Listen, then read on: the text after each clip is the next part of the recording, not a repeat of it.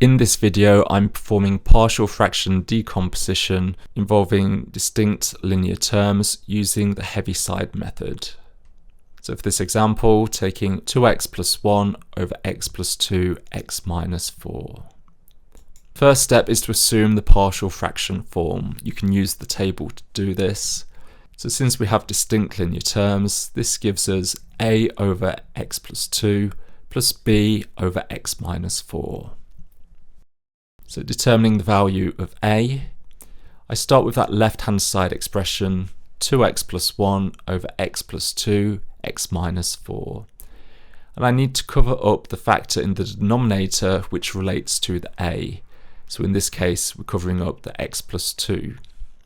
Then I want to evaluate this at the value of x, which gives us that x plus 2 equals 0. So therefore, taking x is equal to minus 2. And this gives me minus 4 plus 1 over minus 6, which is equal to a half. Therefore, a is equal to a half. So next I'm going to do the same thing, but to find the b.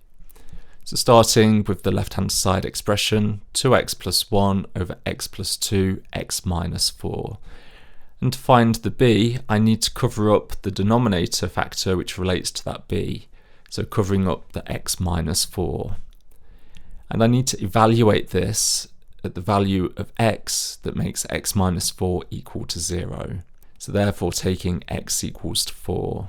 So substituting that gives me 8 plus 1 over 6. Therefore b is equal to 3 over 2.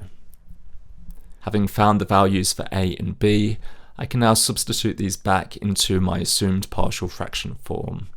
This gives me 2x plus 1 over x plus 2 x minus 4 is equal to a half over x plus 2 plus 3 over 2 over x minus 4.